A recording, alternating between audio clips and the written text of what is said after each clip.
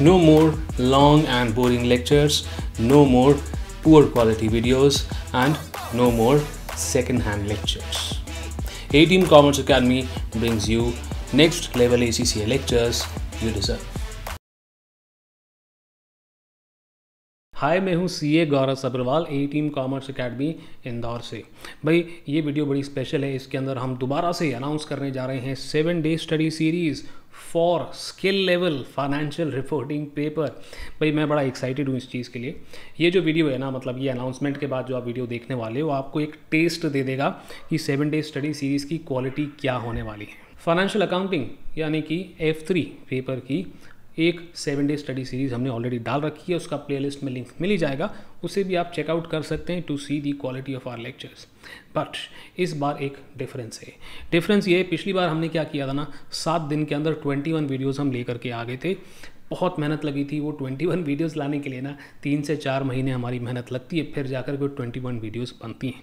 But इस बार मैं ऐसा नहीं करूँगा।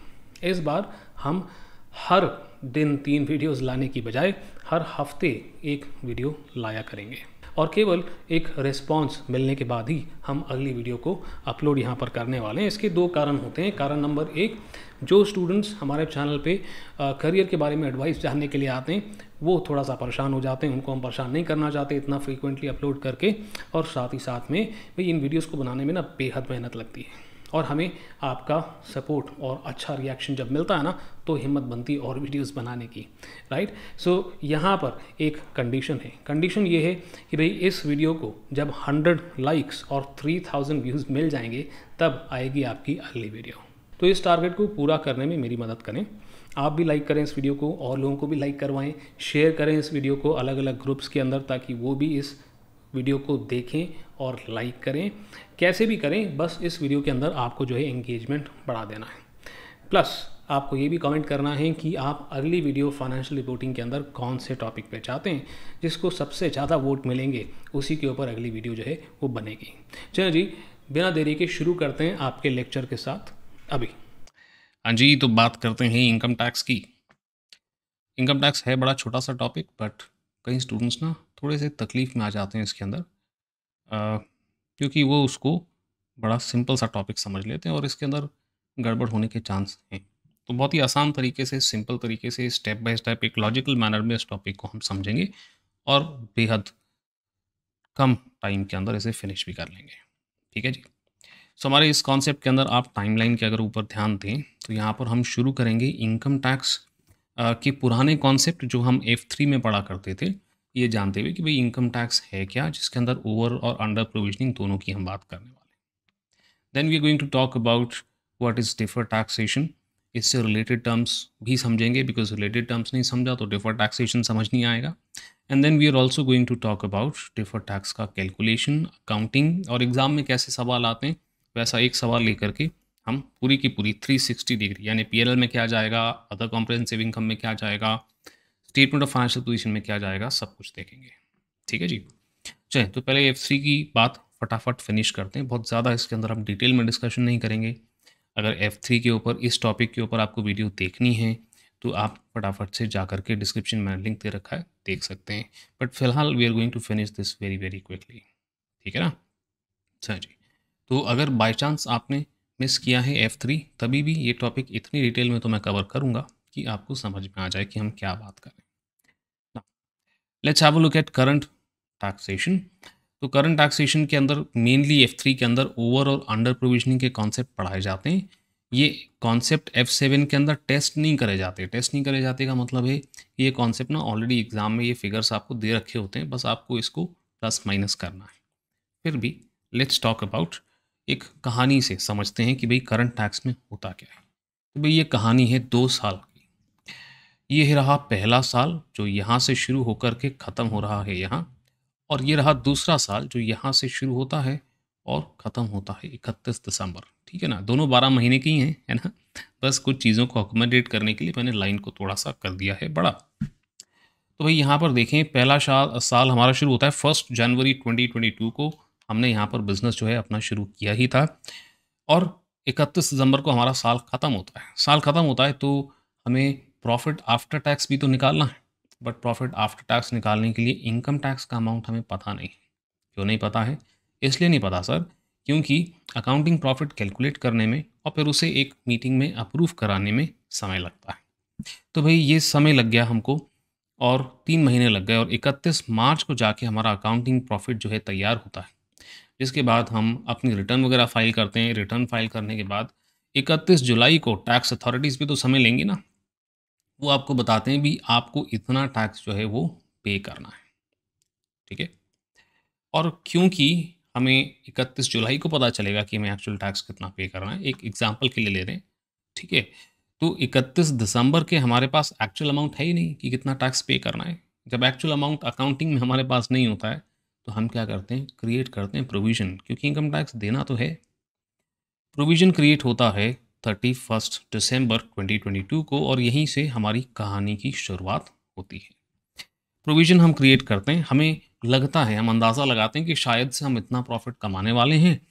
टैक्स रेट की हमें जानकारी होती है, टैक्स रेट अप्लाई करके हम निकाल लेते हैं कि शायद से इतना हमको टैक्स पे करना पड़ेगा, जिसके लिए आप कैलकुलेट करते हैं एक प्रोविज़न। तो लेट्स से आप अंदाज़ा लगाते हैं भी $100 का मेरे को टैक्स देना है और टैक्स रेट 25% है, तो मेरे को $25 का टैक्स देना होगा। ठीक है जी, बड़ा अमाउंट ले लें थोड़ा है, चलें 20, चलो बड़ा अमाउंट अगले एग्जाम्पल में ले लेते हैं, that be much better, organize चलते हैं। चलें जी, तो आप देख रहे हैं ये वाइट लाइन, तो ये वाइट लाइन रिप्रेजेंट करती है उस टाइम को जब तक हमारा एक्चुअल जो प्रॉफिट था वही नहीं पता था हमको। बट प्रॉफिट पता चलने के बाद भी बात नहीं बनती, बिकॉज टैक्स अथॉरिटीज़ अपने मन की चलाते हैं और अपना प्रॉफिट कैलकुलेट करते हैं और वहाँ से टैक्स हमें देना होता है। तो एक्चुअल टैक्स पेमेंट ईयर 2 में हो रहा है, देख रहे हैं ना, पहला साल तो यहीं ख़त्म हो गया था। तो दूसरे साल में हमें पता चलता है कि सिचुएशन क्या है। ऑब्वियस सी बात है कि यहाँ पर आप एस्टिमेट लगा रहे थे और अगले साल आपको एक्चुअल बात पता चलती, तो 2 ही सिनेरियो हो सकते हैं। जो आपने प्रोविज़न क्रिएट किया था वो ज़्यादा अमाउंट से क्रिएट कर दिया। फॉर एग्ज़ाम्पल आपने प्रोविज़न क्रिएट किया था लेट्स से 40,000 से, और असल में आपको $40,000 की बजाय $32,000 का टैक्स ही देना पड़ा है, जिसकी वजह से आपने, आपका प्रोविज़न कितने से ज़्यादा है, it is greater than the actual amount payable by 8,000। तो हम ऐसा कहेंगे कि 8,000 का आपने ना ओवर प्रोविज़न कर दिया है, राइट। इसका उल्टा भी हो सकता है।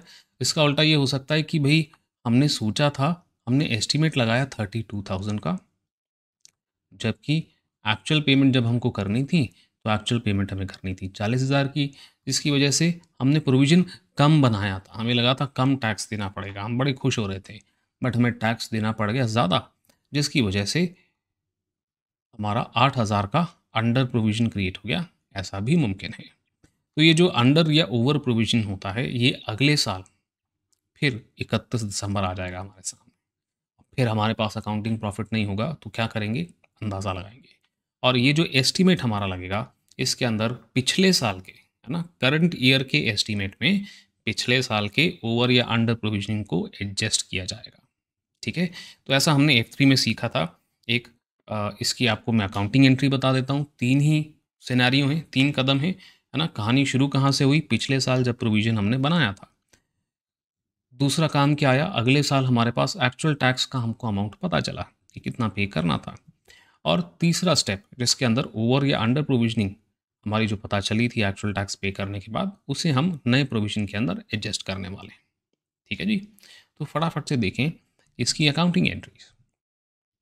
तो ये स्टेप नंबर 1, पहले साल में हमको जो हमारा एग्जाम्पल है उसी को कंटिन्यू करते हैं।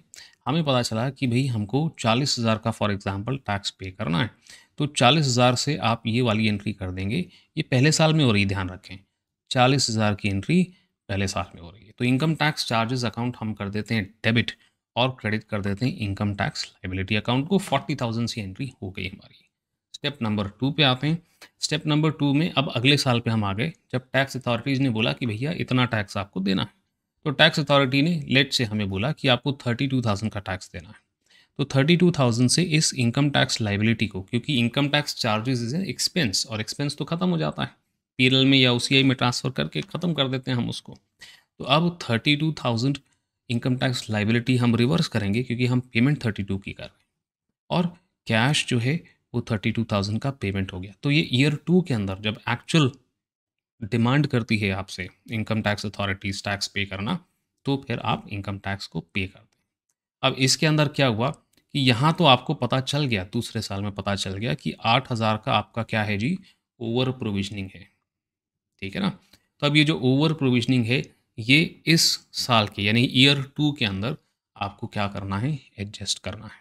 ओवर प्रोविजनिंग को अगर आप एडजस्ट करना चाहते हैं तो दोबारा से ईयर 2 के अंदर ये स्टेप 1 जो है ईयर 2 में दोबारा होगा, यहाँ पे दोबारा से होगा, राइट। यानी कि आप अकाउंटिंग टैक्स चार्जेस और इनकम टैक्स लाइबिलिटी की एंट्री दोबारा करेंगे, और वो करने के बाद आप ओवर प्रोविजनिंग की एंट्री करते हैं, जिसके अंदर इनकम टैक्स लाइबिलिटी हो जाता है debit, right, and income tax charge हो जाता है क्रेडिट। आप देखें income tax charge expense nature का आइटम है, उसे हम क्रेडिट कर रहे हैं, यानी कि इनकम टैक्स का जो चार्ज है, यानी कि जो एस्टिमेट हम अगले साल लगाते हैं, उसमें से ओवर प्रोविजनिंग माइनस होना चाहिए, ठीक है। अच्छा, अब यहाँ पे ना बहुत सारा वर्ड प्ले हो गया। ओवर प्रोविजनिंग माइनस प्लस वाला जो सिनारियो है, माइनस होगा, और अंडर प्रोविजन होता है तो ऑपोजिट उल्टी एंट्री होती है। तो क्यों ना मैं आपको एक क्वेश्चन में ये करके ही बता दूं, है ना। तो स्टेप 1 स्टेप 2 तो क्लियर है, हमारा तीसरा स्टेप भी हमें क्लियर हो जाएगा, इजंट इट। चलिए जी, तो फटाफट से छोटा सा क्वेश्चन भी हम देख लेते हैं, है ना, और फिर मैं आपको एक बात और बता देता हूँ। चलिए जी, तो वो कहते हैं जी पहले साल में हमें कुछ भी नहीं पता था, तो हमने यहाँ पर लगाया अंदाज़ा, एस्टीमेट लगाया। तो वो कह रहे हैं कितने का एस्टीमेट लगाया, वो कह रहे हैं जी 230,000 का एस्टीमेट लगाया। तो वो कह रहे हैं एबीसी एस्टीमेटेड लास्ट ईयर्स, पिछले साल उन्होंने टैक्स चार्ज एस्टीमेट किया 230,000 का। सो 230,000 से आप एंट्री कर देंगे, आप डेबिट करेंगे इनकम टैक्स चार्ज को, और आप क्रेडिट कर देंगे इनकम टैक्स लाइबिलिटी को, ठीक है जी। ये तो हमने अंदाज़ा लगाया। अंदाज़ा लगाने के बाद अब हमारा दूसरा साल हरे कलर में शुरू हो गया, ठीक है जी। तो दूसरा साल हमारा यहाँ पर चल रहा है, और बीच में यहाँ कहीं पे आपको एक्चुअल टैक्स की जानकारी मिलती है। वो कहते हैं जी एबीसी कंपनी टैक्स एडवाइज़र, जो उनका टैक्स एडवाइज़र था, उसने सेटल किया। सेटल किसके साथ करोगे, इनकम टैक्स अथॉरिटी के साथ करोगे। Settle the amount due with the tax authorities at 222,000, यानी कि इनकम टैक्स अथॉरिटी से बात करके ये तय हो गया कि असल में तो हमको ये अमाउंट पे करना है। अब ये कब हो रहा है, ये दूसरे साल में हो रहा है। सो इस साल के अंदर आप एंट्री करेंगे। अब यहाँ पर इनकम टैक्स चार्ज जो है इसी साल को, पहले साल में क्या हो चुका है इनकम टैक्स चार्ज का, आप statement of profit and loss के अंदर इसे ट्रांसफ़र कर चुके हैं, यानी कि आपने डेबिट कर दिया था statement of profit and loss, credit कर दिया था इनकम टैक्स चार्ज अकाउंट। और ऐसा करने से ये जो आपका इनकम टैक्स चार्ज है ये ख़त्म हो चुका है, बट लाइबिलिटी अभी भी चल रहा है। सो लाइबिलिटी अकाउंट को अब आप दूसरे साल में क्या करने जा रहे हैं, आप डेबिट कर देंगे इनकम टैक्स लाइबिलिटी अकाउंट को। आपने इस लाइबिलिटी अकाउंट को क्रिएट किया था 230,000 से, बट आप इसको पूरा हटा नहीं सकते क्योंकि आप पेमेंट केवल 222,000 की कर रहे हैं। तो 222,000 है ना, के लिख देता हूँ 000 के लिए, ठीक है ना। इस अमाउंट से आप एंट्री कर देंगे, ठीक है। ये ईयर 2 में हो रही है। अब वो कह रहे हैं कि ईयर 2 के आखिरी में हम दोबारा से अंदाज़ा लगाएंगे क्योंकि फिर हमारे पास एक्चुअल प्रॉफिट नहीं होगा।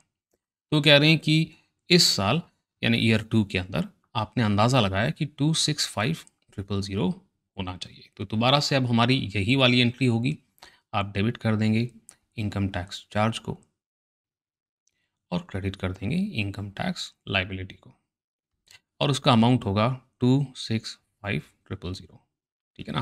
के लिख देते हैं, के बहुत कोने में चले जाएगा नहीं तो। चलें, तो अब वीडियो पॉज करें और सोच करके बताएं कि यहाँ ओवर प्रोविजनिंग है कि अंडर प्रोविजनिंग, ठीक है। पॉज करें और फिर दोबारा प्ले करें तो आपको आंसर पता चल जाएगा, राइट ना। मैं बताता हूँ, ओके। तो आप देखें पिछले साल हमने अंदाज़ा कितने का लगाया, 230,000 का। एक्चुअल टैक्स हमें देना पड़ा 222,000 का। तो भाई यहाँ पर फिर से हम अपने रंग बदल लेते हैं। तो भाई यहाँ पर हुआ क्या, यहाँ पे हुआ ये कि आपने ज़्यादा से प्रोविज़न बना लिया था, एक्चुअल पेमेंट कम आया, ठीक है ना। बहुत ज़्यादा टेंशन में आ गए कि टैक्स तो ज़्यादा देना पड़ेगा, तो आपने ज़्यादा सोच लिया, ऐसे याद रखो, ओवर प्रोविजनिंग हो गई। ठीक है, अब ओवर प्रोविजनिंग हो गई तो हमें ओवर प्रोविजनिंग की एंट्री भी करनी पड़ेगी, राइट। ओवर प्रोविजनिंग की आप एंट्री करेंगे तो अभी इनकम टैक्स लाइबिलिटी आप दोबारा से इसकी एंट्री करेंगे, कहाँ गया जी, ग्रीन कलर, ये रहा। ठीक है, तो हम दोबारा से एंट्री करेंगे जिसके अंदर हमको डेबिट करना है इनकम टैक्स लाइबिलिटी को। ओवर प्रोविजनिंग आपने किया था 8,000 से, तो ये 8,000 हो जाएगा डेबिट, और आप कर देंगे क्रेडिट किसको, यस, इनकम टैक्स चार्ज को 8,000 से। अब आप देख रहे हैं इसमें इफेक्ट क्या हो रहा है। हमने ईयर 2 के अंदर इनकम टैक्स चार्ज 265,000 से क्रिएट किया था, और इनकम टैक्स चार्ज को आप क्रेडिट कर रहे हैं 8,000 से, जिसका इफेक्ट क्या होगा, 265 में से माइनस हो जाएगा 8,000, है ना, ये के 8,000 के लिए लिख रहा हूँ मैं, ठीक है, 1000 के लिए लिख रहा हूँ। अब इनको आप माइनस करेंगे तो ये 257,000 ये आपका क्या निकल के आ जाएगा, करंट ईयर का, यानी कि ईयर 2 का इनकम टैक्स चार्ज निकल आएगा। ठीक है, जबकि इनकम टैक्स लाइबिलिटी में कोई फ़र्क नहीं आएगा। इनकम टैक्स लाइबिलिटी आपकी सेकेंड ईयर के अंदर ये एंट्री करने के बावजूद 265,000 रहेगी। ठीक है, क्यों रहेगी भाई, इनकम टैक्स लाइबिलिटी में 8,000 बचे थे ना, तो ये एंट्री करने से वो 8,000 ही तो जा रहे हैं। ये जो नया 265,000 इस साल आया है वो नहीं हटेगा। ठीक है, सो इनकम टैक्स लाइबिलिटी हमेशा नए एस्टिमेट के बराबर ही रहेगी, ये बात ध्यान रखें। और income tax charge is going to be reduced by the over provisioning, और इसका उल्टा हो गया तो अंडर प्रोविजनिंग हो गया तो आप इनकम टैक्स चार्ज को बढ़ा देंगे। ठीक है, एक चीज़ इसमें और बता दूं, मैंने आपको पहले ही बताया कि इसे टेस्ट नहीं किया जाता, तो एग्ज़ाम के अंदर ना आपको वो देंगे ट्रायल बैलेंस, और ट्रायल बैलेंस के अंदर आपको ओवर प्रोविजनिंग अगर है तो आपको करंट टैक्स के नाम से क्रेडिट साइड में बैलेंस दे देंगे। तो क्रेडिट साइड में बैलेंस दिया है तो आप समझ जाएं कि ओवर प्रोविजनिंग है, क्योंकि वो एग्जाम में बताते नहीं हैं कि ओवर अंडर प्रोविजनिंग है, वो केवल इतना बता देंगे कि करंट टैक्स ट्रायल बैलेंस में दे देंगे। अगर वो करंट टैक्स क्रेडिट साइड पे आपको मिलता है तो आप समझ जाएं कि ये ओवर प्रोविजनिंग है, बिकॉज आपने लाइबिलिटी ज़्यादा की क्रिएट कर ली और एक्चुअल एक्सपेंस जो था वो कम था, तो एक्स्ट्रा लाइबिलिटी आपकी लाइबिलिटी साइड में दिखेगी, क्रेडिट साइड में दिखेगी। और अगर अंडर प्रोविजनिंग था पिछले साल तो करंट टैक्स के अंदर आपको ट्रायल बैलेंस के अंदर ना डेबिट साइड में दिखेगा। बस इस बात का ध्यान रखें, ये बात मैंने स्पेशली आपको F7 के लिए बताई है, क्योंकि F7 के जो आपको सवाल आने वाले हैं उसके अंदर ओवर प्रोविजनिंग और under provisioning you are not expected to calculate, they will give you in the question. ठीक है, बट फिर भी मैंने कैलकुलेट कैसे करना है वो भी आपको बता दिया, बट ये आपको क्वेश्चन में दे करके रखा जाएगा, because they want to test other things, आपकी दूसरी नॉलेज वो चेक करना चाहते हैं, जो अब हम शुरू करेंगे, which is yes deferred taxation. ठीक है जी, चलें। सो आप थोड़ा सा, मैं आपको रिकमेंड करूँगा कि यहाँ पे ना थोड़ा सा आप ब्रेक लो, या तो वीडियो को पॉज कर लो थोड़ी देर के लिए, राइट, और मैंने टाइम स्टैम्प्स डाल ही रखे हैं, तो आप उसके ऊपर दोबारा से थोड़ा सा रिलैक्स करके 15-1 मिनट बैठ सकते हो। और अगर आप इन्जॉय कर रहे हैं लेक्चर को और आपको लगता है नहीं नहीं और पढ़ा जा सकता है तो कंटिन्यू करते हैं। ठीक है जी, चलिए तो अब शुरू करते हैं डिफर्ड टैक्सेशन से। तो भाई डिफर्ड टैक्सेशन की भी टाइमलाइन देख लेते हैं, क्या क्या चीज़ें यहाँ डिस्कस करने वाले हैं। तो सबसे पहले तो हम देखेंगे भाई क्या क्या इसका मीनिंग है और क्या क्या अलग अलग टाइप्स हैं। So we start with the meaning. तो भाई डिफर टैक्स असल में है क्या, वो कह रहे हैं जी जब आप अकाउंटिंग और टैक्सेबल प्रॉफिट को कंपेयर करते हैं तो उसके अंदर कुछ ऐसे डिफरेंस होते हैं जो आने वाले समय में रिवर्स हो सकते हैं, इस वजह से आपका टैक्स का डिफरेंस आ जाता है। अब इसको अकाउंटिंग प्रॉफिट क्या है, टैक्सेबल प्रॉफिट क्या है, थोड़ा सा आपको आइडिया तो होगा, बट इन्हें भी हम आगे डिटेल में डिस्कस करेंगे क्योंकि हम रिलेटेड टर्म्स डिस्कस करने वाले हैं।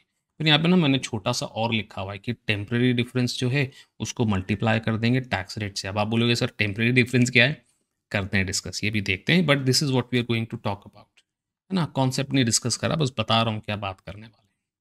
अगली बात यहाँ पर हम डिफर टैक्स असेट और लाइबिलिटी क्या है वो देखेंगे। यहाँ पर भी मैंने छोटी सी इन्फॉर्मेशन लिखी तो वही है, बट इसको आगे जा करके हम चर्चा करने वाले हैं।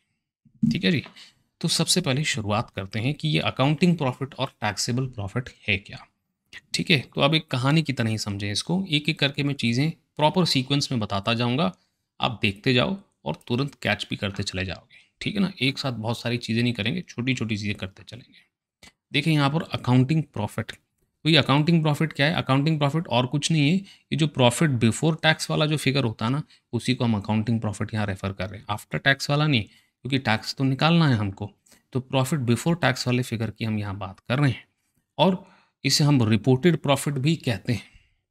ठीक है, इसके अंदर टैक्स तो हम निकालेंगे, राइट। एनीवेज, दूसरी बात इसके अंदर होता है टैक्सेबल प्रॉफिट। तो टैक्सेबल प्रॉफिट क्या है? मैंने आपको कहा भी इनकम टैक्स अथॉरिटीज़ अपनी मनमानी करते हैं, उन्हें फ़र्क नहीं पड़ता अकाउंटिंग प्रॉफिट कितना है। उन्हें तो क्या चाहिए भैया, ये तो जो प्रॉफिट हम कैलकुलेट करेंगे, हम ही हमें, बाकी सब पानी कम है ना। तो इनकम टैक्स अथॉरिटीज़ जो प्रॉफिट कैलकुलेट करते हैं और वो कहते हैं इसके ऊपर टैक्स रेट अप्लाई करो और ये टैक्स आपको देना है, तो भैया वो होता है टैक्सेबल प्रॉफिट। दोनों में हो जाती है टकरार, क्योंकि अलग अलग कारण होते हैं। वो कारण क्या है वो भी अभी चर्चा करते हैं। दोनों में डिफरेंस आ जाता है, राइट। तो अगर मैं थोड़ा सा आपको वापस पीछे लेके जाऊं तो ये टाइमिंग, ये आप देखें ना, यहाँ पे आप प्रोविजन क्रिएट कर रहे थे, बट प्रोविजन क्रिएट करते समय तो अकाउंटिंग प्रॉफिट भी हमारे हाथ में नहीं था। ये अकाउंटिंग प्रॉफिट भी बाद में आता है हमारे पास। तो इस अकाउंटिंग प्रॉफिट और इस टैक्स पेड, राइट, इसके बीच में कुछ ना कुछ हमारा अंतर निकल करके आता है ना। Not exactly but something like that. चलें जी, तो फिलहाल आगे बढ़ते हैं। टैक्सेबल प्रॉफिट हमें समझ में आ गया कि दोनों में डिफरेंस आ सकता है सर, राइट। क्यों? क्योंकि इनकम टैक्स एक्ट जो है, इनकी वो अलग अलग बातें करती है, और हम अकाउंटिंग पॉलिसीज़ यूज़र को ध्यान में रख के करते हैं, अलग अलग यूज़र ऑफ फाइनेंशियल स्टेटमेंट्स की, उनको चीज़ें क्लियरली समझ में आनी चाहिए, and that's why there is going to be a difference. अब ये डिफरेंस जो है, दोनों में जो अंतर है, ये अंतर आते हैं जी दो टाइप के, ठीक है जी। और इनमें से केवल एक ही टाइप का अंतर है जो हमारे लिए काम का है। तो पहले अंतर किस टाइप के होते हैं ये देख लेते हैं, है ना। चलो जी, तो यह अंतर होते हैं परमानेंट डिफरेंस और टेम्पररी डिफरेंस। तो अकाउंटिंग प्रॉफिट और टैक्सेबल प्रॉफिट में परमानेंट डिफरेंस बहुत ईजी होते हैं स्पॉट करना। ये ऐसे डिफरेंस होते हैं, ये ऐसे आइटम्स होते हैं जो टैक्स पर्पसेस के लिए कभी भी अलाउड नहीं होंगे। यानी कि इनकम टैक्स गवर्नमेंट आज भी आपको कह रहा है कि भाई ये खर्चा हम आपको नहीं लगाने देंगे, नहीं माइनस करने देंगे प्रॉफिट में से, और वो आज से 10 साल बाद भी यही कहने वाले हैं, ठीक है। दैट मीन्स ये ऐसे डिफरेंसेस हैं जो कभी भी रिवर्स फ्यूचर में नहीं होने वाले, ठीक है। तो इसके अंदर पेनल्टी और फाइन, यूजुअली इनकम टैक्स, किसी भी देश की इनकम टैक्स एक्ट जो है यही बोलती है कि पेनल्टी फाइन जैसे खर्चे जो हैं, ये आप ऑफिशियली अपने प्रॉफिट को कम करने के लिए खर्चे कितने क्लेम नहीं कर सकते। वैसे ही आप कुछ एंटरटेन वगैरह कर रहे हैं, कोई बाहर से गेस्ट्स वगैरह आए हैं, उनको वो कहते हैं जी ये खर्चे भी आप नहीं ले सकते ऑफिशियल एक्सपेंसेस के अंदर, ठीक है। तो ये परमानेंट डिफरेंस के ऊपर डिफर्ड टैक्स कैलकुलेट नहीं किया जाता। केवल आपको जानना था परमानेंट डिफरेंस क्या होता है, ठीक है। तो मैंने आपको बता दिया। मेन मुद्दा क्या है जी हमारे लिए? मेन मुद्दा है हमारे लिए टेम्पररी डिफरेंस के अंदर अ, ये हमको देखना भी ये क्या है। तो ये टेम्पररी डिफरेंस क्या है? ये ऐसे आइटम्स हैं, ये अलाउड तो हैं, बट डिफरेंट अकाउंटिंग पीरियड्स में अलाउड है। यानी कि हम एज ए कंपनी अकाउंट्स के अंदर उसे पहले रिकॉर्ड कर रहे हैं, और टैक्स अथॉरिटीज़ जो हैं वो आपको अगले साल दे रही हैं, या फिर उसका उल्टा हो रहा है। टैक्स अथॉरिटी कह रही है ये खर्चा जो है अभी माइनस कर लो, प्रॉफिट आपका कम हो जाएगा, इस कम प्रॉफिट पे टैक्स दे दो, राइट। और हम कह रहे हैं नहीं नहीं, हम तो अक्रूवल बेसिस पे अकाउंटिंग कर रहे हैं, हम अगले साल करेंगे, ये तो हमने एडवांस पेमेंट कर दी थी, एडवांस में हमारे पास पैसा आ गया था, एज द केस में भी, ठीक है जी। तो आज हमने कुछ रिकॉर्ड कर लिया, जो गवर्नमेंट कहती है नहीं आज नहीं करो, अगले साल करो, और उसका उल्टा हो सकता है। तो इसकी वजह से टेम्प्रेरी डिफरेंस आ जाता है, ठीक है। सो ये टेम्प्रेरी डिफरेंस क्यों कहते हैं? क्योंकि अगले साल रिवर्स होने वाला है ना। तो भाई कई बार गवर्नमेंट कहती है जी आप, हम तो अक्रूवल बेसिस पे अकाउंटिंग करते हैं, गवर्नमेंट कहती है जी आपके पास कुछ ऐसे रिसिप्ट्स होती हैं जो गवर्नमेंट कहती है आप कैश बेसिस पे रिकॉर्ड करो इसको, ठीक है ना। तो अगर आपने अभी टैक्सेशन नहीं पढ़ा है, जब आप पढ़ोगे तो आपको पता चल जाएगा। तो कुछ ऐसे खर्चे होते हैं जो वो कहते हैं, खर्चे या इनकम होती हैं जो वो कहते हैं कैश बेसिस पे रिकॉर्ड करो, यानी कि जब आप पेमेंट करते हो तभी रिकॉर्ड कर लो, या जब आप रिसीव कर रहे हो तभी रिकॉर्ड कर लो, ठीक है। सो व्हाट हैपेंस इज कि हमने आज इस साल पैसे रिसीव करें, तो हम उस इनकम को आज ही रिकॉर्ड कर लेंगे, और उससे अपने प्रॉफिट को बढ़ा देंगे, और हमें उसके ऊपर बढ़ा हुआ, इंक्रीज हुआ हुआ टैक्स देना पड़ेगा, राइट। बट अगले साल जब हमारा टैक्स कैलकुलेशन दोबारा से होगा, तो वो रिसिप्ट हमारी अगले साल में अकाउंटिंग प्रॉफिट निकालने में तो इंक्लूड हो रही होगी, बट टैक्सेबल प्रॉफिट निकालने में नहीं होगी। ठीक है, जिसकी वजह से ये रिवर्स हो गया ना। साल हमें वो रिसिप्ट दिखाई तो ज़्यादा टैक्स हमने दिया, अगले साल वो नहीं आई तो कम टैक्स दिया, राइट। तो रिवर्स हो जाता है। ठीक है, तो ऐसे और कई एग्जांपल्स डिफर टैक्स असेट और लाइबिलिटी जब हम डिस्कस करेंगे तब चर्चा करेंगे। यहाँ पे ना दो टर्म्स मैंने और इंक्लूड कर रखी हैं, चुपके से आपको बता देता हूँ, आगे जाके डिटेल में डिस्कस करेंगे। There are these two terms called carrying amount and tax base. ठीक है जी। सो टैक्स बेस एक ऐसा अमाउंट है जो इनकम टैक्स अथॉरिटीज़ लेती हैं टैक्स कैलकुलेट करने के लिए, यानी कि इसके ऊपर टैक्स कैलकुलेट होता है। कैरिंग अमाउंट जो है वो ऐसा अमाउंट है जो हमारी बुक्स में शो होता है। ठीक है, इन दोनों के बीच में जो डिफरेंस होता है ना, ये होता है हमारा टाइमिंग डिफरेंस। ठीक है, प्रैक्टिकल एग्जाम्पल से भी अभी डिस्कस करते हैं। सवाल ये होता है कि सर डिफर्ड टैक्स हमने क्यों किया, right? Why did we at all require deferred taxation? So अब डिफर्ड टैक्सेशन में भी दो आइटम्स होते हैं, deferred tax asset and deferred tax liability. So main मुद्दा तो ये था, वो कहते हैं जी डिफर्ड टैक्स लाइबिलिटी अगर आपकी क्रिएट हो रही है और आप उसे रिकॉर्ड नहीं करते हैं तो आपके प्रॉफिट जो है ओवरस्टेट हो जाएंगे। और हम प्रूडेंस प्रिंसिपल फॉलो करते हैं, ओवरस्टेट प्रॉफिट नहीं होना चाहिए, कम से दिखे वो चलेगा, ज़्यादा से नहीं दिखना चाहिए। और इसीलिए हम प्रूडेंस के चलते डिफर्ड टैक्स वाला कॉन्सेप्ट जो है लेकर के आए हैं, क्योंकि ज़्यादा प्रॉफिट हमारा शो ना हो। ठीक है ना, और ज़्यादा प्रॉफिट शो होता है ना तो थोड़ी और नौटंकी हो जाती है। शेयर होल्डर कहते हैं नहीं नहीं हमें डिविडेंड दो, आप इतना प्रॉफिट कमा रहे हो। उन्हें कौन समझाए भैया, डिविडेंड बात अलग होता, प्रॉफिट बात अलग होती है, प्रॉफिट नॉन कैश होता है, कैश वो अलग होता है, राइट। सो इसलिए वो कह रहे हैं भी यूजर्स को भी ठीक से समझ में आ जाए कि ये डिफर टैक्स का मतलब है टेम्परेरी डिफरेंस है। आज हम टैक्स कम दे रहे हैं या और कल हमें ज़्यादा देना पड़ेगा, फिर आज हम टैक्स ज़्यादा दे रहे हैं और कल हमें कम देना पड़ेगा। इस बात को समझाने के लिए डिफर टैक्स का कॉन्सेप्ट जो है वो लाया गया। ठीक है जी, चलें तो अब इसमें बढ़ते हैं आगे कि डिफर टैक्स, ठीक है सर, टेम्परेरी डिफरेंस आएगा उसके ऊपर कैलकुलेट होगा डिफर टैक्स। कैलकुलेट करने के लिए मेथड ऑफ कैलकुलेशन वगैरह अभी हम देखते हैं, बट यहाँ पे दो तरह के डिफर टैक्स कैलकुलेट होते हैं। Differ tax liability which basically means कि आज जो भी आप कैलकुलेशन कर रहे हैं, जो भी टैक्स आप पे कर रहे हैं उसकी वजह से कल यानी कि फ्यूचर में आपको ज़्यादा टैक्स देना पड़ेगा। और डिफर टैक्स एसेट का मतलब है आज आपको इनकम टैक्स ऐसे खर्चे अलाउ कर रही है जिसके बाद आपको फ्यूचर में कम टैक्स पे करना पड़ेगा, right. So defer tax liability is essentially going to cause higher future tax payments and defer tax asset is going to cause lower future tax payment. थोड़ा सा और समझते हैं इसको। मैंने आपको बताया कि टैक्स बेस क्या है जी। टैक्स बेस वो है जो गवर्नमेंट जिसके बेस पे टैक्स निकालती है। अगर टैक्स बेस कम है कैरिंग अमाउंट से तो आपकी डिफर टैक्स लाइबिलिटी निकल करके आती है। ठीक है, इसको एक एग्जांपल से समझते हैं। देखिए, नॉन करंट असेट के ऊपर रीवैल्यूएशन सरप्लस क्रिएट होता है अगर आप रीवैल्यूएशन मॉडल फॉलो करते हैं तो ये जो रीवैल्यूएशन के ऊपर फ़ायदा है, इस फ़ायदे के ऊपर इनकम टैक्स गवर्नमेंट जो है वो आपसे ज़्यादा टैक्स मांगने की बात कर सकती है, भैया टैक्स ज़्यादा दो, है कि नहीं। बट वो मांगती नहीं है ना। क्यों? गवर्नमेंट कहती है जी हमारे लिए जो टैक्स बेस है ना वो आपके नॉन करंट असेट की कॉस्ट है, राइट।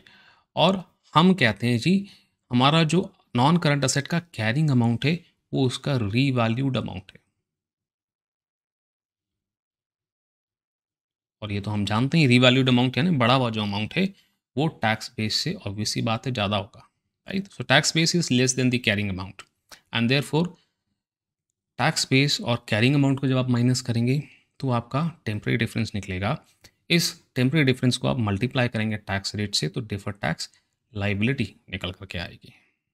ठीक है जी, इसके अंदर टैक्स अलाउंट और डेप्रिसिएशन को भी आप कंपेयर कर सकते हैं। ऐसा है कि भाई डेप्रिसिएशन केवल अकाउंटिंग का कॉन्सेप्ट है। इनकम टैक्स के अंदर वो कहते हैं जी डेप्रिसिएशन वेप्रिसिएशन हमें नहीं पता, आप तो जो है क्या करें, आप टैक्स अलाउंस यूज़ करेंगे, राइट। तो अब कई बार ऐसा होता है कि कुछ एसेट्स ऐसे होते हैं जिसके अंदर टैक्स अलाउंस जो है वो बहुत ज़्यादा लगता है, बट उसके कंपेरेटिवली अकाउंट्स के अंदर डेप्रिसिएशन हम कम लगा रहे होते हैं। ठीक है ना, तो इसके ऊपर प्रॉफिट के ऊपर कैसा इम्पैक्ट आएगा उससे टैक्स बेस और कैरिंग अमाउंट निकला जाता है ना। तो इनिशियली अगर आप ज़्यादा टैक्स का अलाउंस लगा रहे हैं तो आपका प्रॉफिट कम आ रहा होगा, प्रॉफिट कम आ रहा होगा तो आपका टैक्स बेस जो है वो प्रॉफिट को टैक्स बेस कह रहा हूँ वो प्रॉफिट आपका कम आ रहा होगा, राइट। और डेप्रीसिएशन जो आप अकाउंट्स में लगा रहे हैं वो कम अमाउंट की लगा रहे होंगे, तो उससे प्रॉफिट ज़्यादा निकल के आएगा।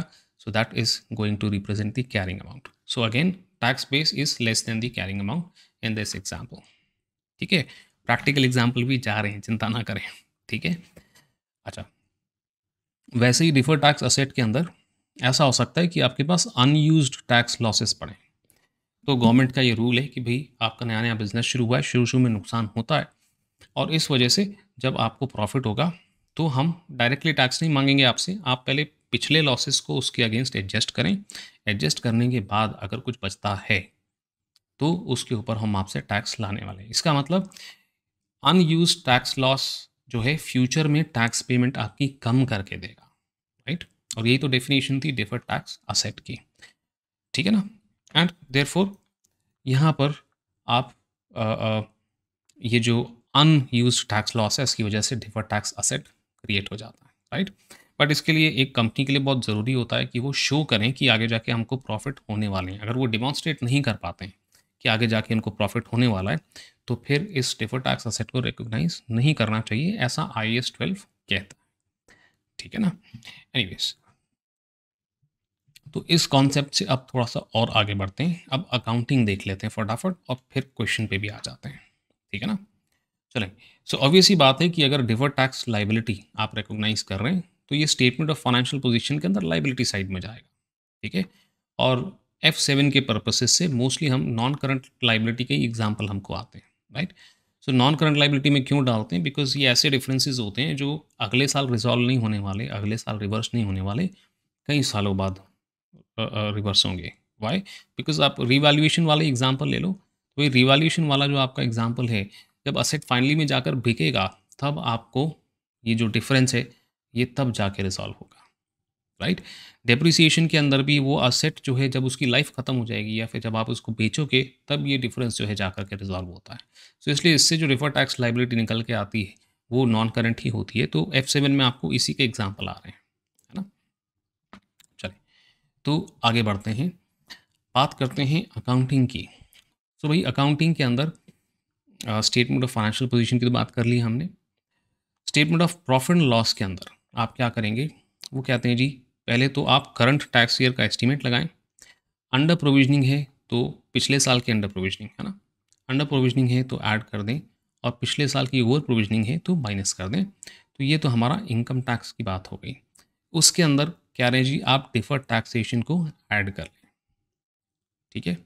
डिफर्ड टैक्सेशन OCI यानी कि अदर कॉम्प्रहेंसिव इनकम में भी जा सकता है, तब जाता है जब आप रिवैल्यूएशन के ऊपर डिफर्ड टैक्सेशन कैलकुलेट करते हैं, ठीक है ना। तो स्टेटमेंट ऑफ प्रॉफिट लॉस और अदर कॉम्प्रहेंसिव इनकम, ठीक है जी, ये दो अकाउंटिंग ट्रीटमेंट इसकी होनी चाहिए, ठीक है। तो डिफर्ड टैक्सेशन का जो भी हमारा अमाउंट निकल के आएगा उसे दो जगह हमें डिवाइड करना हो सकता है, स्टेटमेंट ऑफ प्रॉफिट लॉस और OCI, राइट। ऐसा तब करना होगा जब रिवैल्यूएशन सरप्लस से भी डिफर्ड टैक्स निकल रहा है और कोई भी कारण है जिसकी वजह से डिफर्ड टैक्स निकल रहा है, तो और कोई जो कारण है वो स्टेटमेंट ऑफ प्रॉफिट लॉस में इस कैलकुलेशन में जाएंगे, और रिवैल्यूएशन गेन की वजह से जो भी आपका डिफर्ड टैक्सेशन क्रिएट हो रहा है वो अदर कॉम्प्रहेंसिव इनकम में जाएंगे, ठीक। सही जी, तो अब इसको ना हमने बात तो कर ली, एक अकाउंटिंग ट्रीटमेंट आपको मैं दिखाता हूँ, उसके बाद ना आप थोड़ी देर का ब्रेक ले लेना। आई वुड रिकमेंड पॉज करना वीडियो को, थोड़ा 5-1 मिनट इधर उधर चलना, और फिर उसके बाद बैठ करके इस कॉन्सेप्ट को बाकी देखना। इफ़ यू फील दैट नहीं ऐसा कोई ज़रूरत नहीं है तो आप देख सकते हैं, ठीक है ना। चलें जी, तो इनकम टैक्स में एंट्री देखें। तो अब deferred tax provision, sir provision क्या है, अभी तक तो कोई प्रोविजन की बात ही नहीं हो रही थी। अरे भाई, डिफर्ड टैक्स जो हमारी लाइबिलिटी है उसी को ही प्रोविजन कह रहे हैं हम, उसे ही प्रोविजन कह रहे हैं। तो सर डिफर्ड टैक्स असेट को क्या कहेंगे, मैं डिफर्ड टैक्स लाइबिलिटी और असेट के नेट अमाउंट को प्रोविजन कह रहा हूँ, ठीक है। मतलब आपने कुछ केसेस में डिफर्ड टैक्स लाइबिलिटी निकाल ली, कुछ केसेस में डिफर्ड टैक्स असेट निकाल ली, इनके नेट अमाउंट को प्रोविजन कह रहा हूँ, ठीक है जी। प्रोविजन का बैलेंस क्रेडिट भी हो सकता है, डेबिट भी हो सकता है। डेबिट तब होगा जब डिफर्ड टैक्स असेट ज़्यादा होता है, बट ऐसा केस आपको F7 में टेस्ट नहीं किया जाएगा, ठीक है। तो क्रेडिट बैलेंस वाला प्रोविजन ही हम देखते हैं। हाँ, एक आध क्वेश्चन ज़रूर आया है बट उसकी बात बाद में करेंगे, ठीक है। अभी will keep things very very simple. तो भैया हर साल आप डिफर्ड टैक्स प्रोविजन बनाते हैं, ठीक है। और हर साल आपको पिछले साल का जो क्लोजिंग बैलेंस है, इस साल का ओपनिंग बैलेंस बन जाता है। आपको प्रोविजन को बढ़ाने की ज़रूरत पड़ सकती है ना। तो ऐसा तब होगा जब इस साल डिफर्ड टैक्स लाइबिलिटीज़ आ गई हैं, है ना, जिसकी वजह से पिछले साल के प्रोविजन से आपको इस साल का प्रोविजन बढ़ाना पड़े। और आपको घटाना भी पड़ सकता है अगर इस साल डिफर्ड टैक्स एसेट बहुत सारे हो गए, तो घटाने वाला कभी केस आता नहीं है हमको एग्जाम में। बट फिर भी दोनों की एंट्रीज मैं आपको बता रहा हूँ। Increase in deferred tax provision अगर होता है तो डिफर्ड टैक्स देखें आप क्रेडिट हो रहा है, ये स्टेटमेंट ऑफ प्रॉफिट लॉस वाला आइटम है, इनकम टैक्स एक्सपेंस और अदर कॉम्प्रहेंसिव इनकम, राइट। तो मैंने आपको बताया ही था कि ये दो जगह पे जाता है, राइट। हर क्वेश्चन में दोनों चीज़ें नहीं आएंगी, है ना। एग्जाम के अंदर ज़्यादातर जो सवाल पूछे जाते हैं उसके अंदर दोनों चीज़ें आती हैं, ठीक है, but not always. Decrease in defer tax है तो इसकी ऑपोजिट एंट्री कर देंगे, इनकम टैक्स एक्सपेंस में आप माइनस कर देंगे और OCI को आप क्रेडिट कर देंगे और डिफर टैक्स जो है आपका डेबिट हो रहा है यहाँ पर, ठीक है। So obviously defer tax in asset in this case is going to be greater than defer tax liability, ठीक जी। चलो, तो अब हमारा आखिरी कदम यहाँ पर आ रहा है। अब आने वाला जो सवाल है इसमें हमें हार्डली 5 मिनट और लगेंगे, ठीक है ना। थोड़ा फोकस बनाकर ये 5 मिनट भी इसे देख लें, ठीक है। चलें शुरू करते हैं। तो ये क्वेश्चन को ना मैं पार्ट पार्ट में सॉल्व करूँगा, क्योंकि पूरा क्वेश्चन जब हम देखते हैं ना तो थोड़ा सा कॉम्प्लिकेटेड लगता है, थोड़ा डर लगता है। एग्ज़ाम में भी लगेगा आपको डर। जब एग्ज़ाम किट सॉल्व करोगे, भले ही कापलान की हो, BPP की हो, तभी भी थोड़ा डर लगता है। इसलिए ना थोड़ा थोड़ा क्वेश्चन को देखते जाओ, चीज़ें समझते जाओ और सॉल्व करते जाओ, ठीक है। तरीका मैं आपको अभी बता देता हूँ। तो ये क्वेश्चन ना आपका कभी गलत ज़िंदगी में होने ही नहीं वाला है, ठीक है ना। बड़ी बात नहीं कर रहा मैं, ऐसे ही होगा, ठीक है। चलें, तो भाई यहाँ पर फ़िलहाल हम केवल पहले पायदान पे आ रहे हैं, केवल ये चीज़ देख रहे हैं और इसके बेसिस पे कुछ हम तिकड़म जो है बैठाने वाले हैं। अच्छा जी, अब वो कह रहे हैं जी 1 जनवरी को साल शुरू हुआ है, ABC कंपनी ने डिसाइड किया कि हम अपनी लैंड को करेंगे रीवैल्यू और रीवैल्यू करके लेकर के आएंगे उसे 80,000 की वैल्यू पे। ठीक है जी, कर लो, हमें क्या दिक्कत है, आपकी ज़मीन है। The land was purchase for 65,000। Land जो है 65,000 में खरीदी गई थी, ठीक है। अब टैक्स बेस क्या है इसके अंदर, what is the tax base? The tax base is this 65,000, right. क्योंकि इनकम टैक्स अथॉरिटीज 80,000 को एक्सेप्ट करेंगे नहीं, वो बोलेंगे आप क्या हवा में बातें कर रहे हो, अनरियलाइज्ड गेन हम नहीं मानते, ठीक है जी। सो ये क्या हो जाएगा हमारा 80,000, ये हो जाएगा जी हमारा carrying amount, and then this 65,000 is going to be your tax base. That basically means दोनों में डिफरेंस अगर निकाला जाए, 80,000 में से 65,000 को माइनस किया जाए, तो ये जो 15,000 का हमारा फ़ायदा हो रहा है भाई साहब, इसके ऊपर टैक्स गवर्नमेंट आज तो नहीं मांग रही हमसे, फ्यूचर में मांगेगी, है ना। फ्यूचर में हमें ज़्यादा टैक्स देना पड़ेगा, आज नहीं देना पड़ रहा, क्योंकि वो इस 80,000 को मान ही नहीं रही, इस गेन को ही नहीं मान रही। And therefore this 15,000 is nothing but your temporary difference. देखो कितना तो आसान है यार, क्या दिक्कत है। ये टेम्पररी डिफरेंस आ गया, ये आपका टैक्स बेस, ये आपका करंट असेट। अब हमको टैक्स का रेट, थोड़ा सा चीटिंग कर रहा हूँ मैं, हम ना यहाँ पर टैक्स का, इनकम टैक्स का रेट भी देख लेते हैं, ठीक है। इनकम टैक्स का रेट भी देख लेते हैं, ये एक्चुअल क्वेश्चन का नाम आ गया, एनीवेज, ठीक है। तो ABC जो है, ABC कंपनी है ये, ठीक है, उसका रेट है ये, ठीक है ना। चलें, तो वही 25% इसके ऊपर आ रहा है, तो आप जो है इसका कैलकुलेट कर दें 25%, 25%, तो हमें पता चल जाएगा कि डिफर टैक्स लाइबिलिटी कितनी है ना। लाइबिलिटी क्यों? क्योंकि आज इनकम टैक्स अथॉरिटी इस 15,000 के गेन को मान ही नहीं रही है, तो हमें टैक्स भी नहीं देना पड़ेगा, टैक्स हमें देना पड़ेगा फ्यूचर में। तो इस 15,000 का 25% करते हैं, मैंने अगली उसमें निकाल के रखा हुआ है, देख लेते हैं। तो ये हमारा क्या हो जाएगा जी, ये हमारा आ जाएगा डिफर टैक्स लाइबिलिटी। और ये जो डिफर टैक्स लाइबिलिटी है ये हम अदर कॉम्प्रहेंसिव इनकम में रिकॉर्ड करते हैं, ठीक है नहीं। चलो जी, तो फटाफट यहाँ तक की बात को कर लेते हैं रिजॉल्व। आप देखें ज़रा, यहाँ पे मैंने आंसर कैलकुलेट कर रखा है। गेन और रिवैल्यूएशन हमने निकाला 15,000 और यही था आपका टेम्परेरी डिफरेंस। इस 15,000 में 25% मल्टीप्लाई करके 3,750 हमारा क्या आ गया जी, डिफर टैक्स लाइबिलिटी आ गया। बल्ले बल्ले, सिंपल। अब डिफर टैक्स लाइबिलिटी जो है ये आपका कहाँ जाएगा, ये आपका जाएगा अदर कॉम्प्रहेंसिव इनकम में सर, हमें तो पता है, ठीक है। सो 15,000 का गेन भी अदर कॉम्प्रहेंसिव इनकम में जाएगा, राइट, ये रहा। और इसमें से हम माइनस करेंगे डिफर टैक्स, ठीक है, 3750 को हम माइनस करेंगे। सो अदर कॉम्प्रहेंसिव इनकम के अंदर 11250 का जो आपका अमाउंट है, ठीक है, ये आपका दिखेगा अदर कॉम्प्रहेंसिव इनकम के अंदर। I hope this much is clear, है ना। तो देखो, ये तो 2 लाइन पढ़कर ही हमने काम कर दिया, ठीक है। अब यहाँ से जो कलरिंग है मैं हटा देता हूँ, क्योंकि अब हम आगे के पोर्शन पे, आगे की इन्फॉर्मेशन पे काम करने वाले हैं, ठीक है जी। ये मैंने हटा दिया जी।